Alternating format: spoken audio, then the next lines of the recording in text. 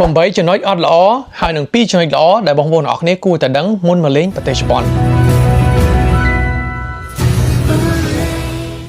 ចំណុចដែលល្អទី1នៅពេលដែលបងប្អូនអរគ្នាទិញអីវ៉ាន់អីក៏ដោយ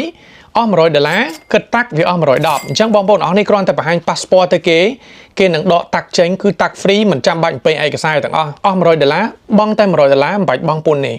ទី2នៅពេលដែលបងប្អូនអរគ្នាទិញប្រើ passport ចំណេញ 10% បើប្រើ debit និង credit card ទៀតហាងខ្លះគេចុះ 5% ហើយហាងខ្លះគេចុះ 10% អញ្ចឹងអានេះ10អានេះ10 20$100សល់តែ80ទេហើយចំណុចដែលអត់ល្អទី1នៅពេលដែលបងប្អូនអរគ្នាទទួលបាន visa 14ថ្ងៃនៅ15ថ្ងៃលើសមួយថ្ងៃ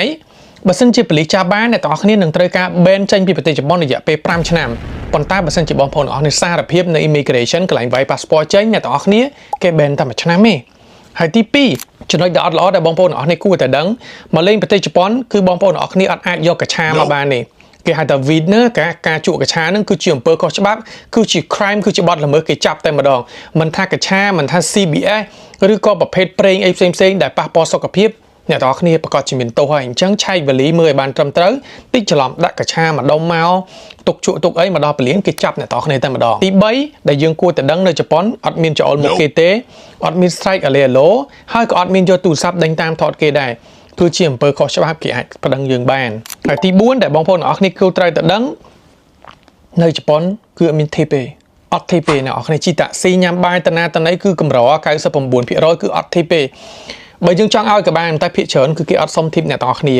ហើយទី5បងប្អូនអរគ្នាត្រូវដឹងថាធ្វើអីក៏ដោយគឺត្រូវត្រង់ជួរអត់អាចបជាតបានបជាតទៅបានមុន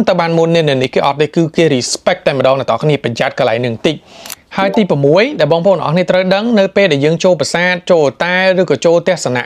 ដែលជា Japanese style អ្នកទាំងអស់គ្នាត្រូវតែដោះស្បែកជើងចេញពាក់ slipper ខៀតអាចពាក់ស្បែកជើងចូលបានទេនៅនេះគេម៉ាញមែនទែនក្នុងការពាក់ស្បែកជើងចូលផ្ទះគេត្រូវតែដោះស្បែកជើងសិនអញ្ចឹងមើលសាញគេវាច្រើនអាសាញគេអត់សូវដាក់អក្សរអង់គ្លេសដាក់អក្សរជប៉ុនអ្នកនរគ្នាអញ្ចឹងមើលលើរូបភាពហើយមើលគេធ្វើអីយើងធ្វើតាមគេអញ្ចឹងទៅនៅនេះគឺ restricted ដោយសារតែគេ